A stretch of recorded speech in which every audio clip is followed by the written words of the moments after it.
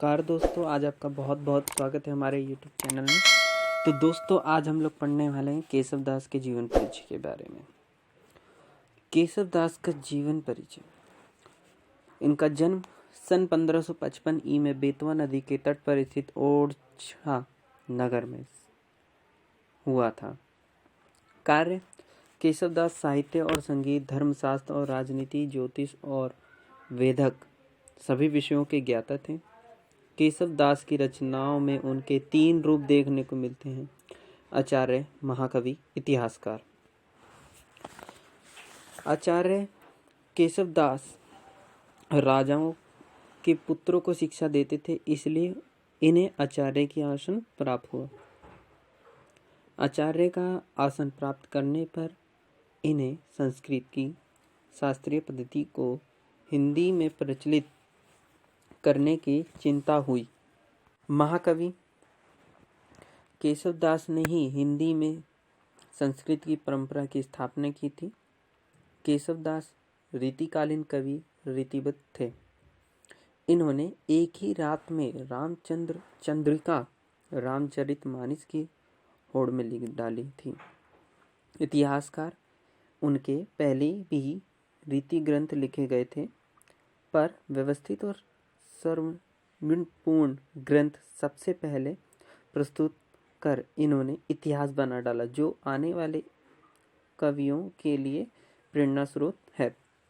इनकी रचनाएं की बात करते हैं तो रचनाएं हैं इनकी कुछ प्रमुख रचनाएं हैं, जैसे रसिका प्रिय, कवि प्रिय, रामचंद्र चंद्रिका, वीर चरित्र, वीर सिंह देवचरित,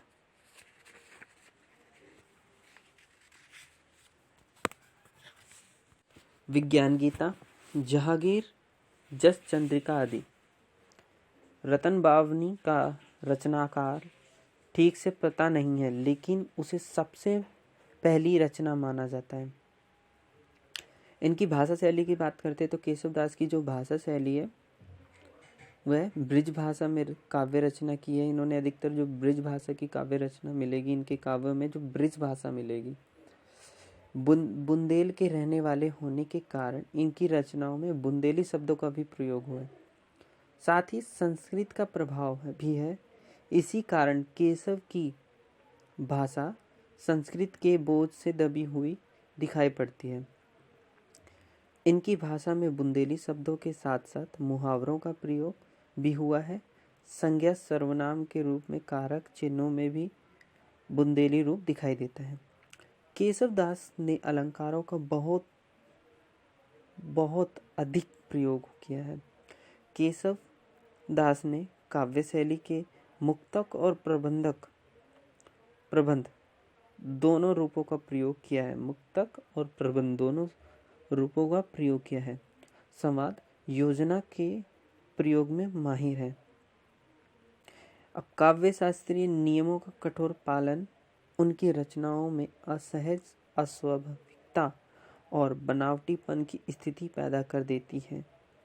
इसी कारण इन्हें कठोर काव्य का प्रेत भी कहा जाता है। अब केशव दास की मृत्यु की बात करें तो केशव दास की जो मृत्यु हुई थी, इनकी मृत्यु सन 1617 में हुई थी।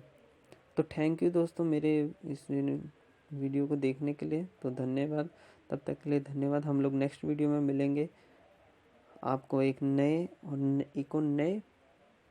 जीवन परिचय के साथ। तब तक के लिए धन्यवाद। ओके, जय हिंद। तो वीडियो को लाइक, सब्सक्राइब और कमेंट करना ना भूले। चैनल पे नए आए तो बिना सब्सक्राइब करे ना जाए।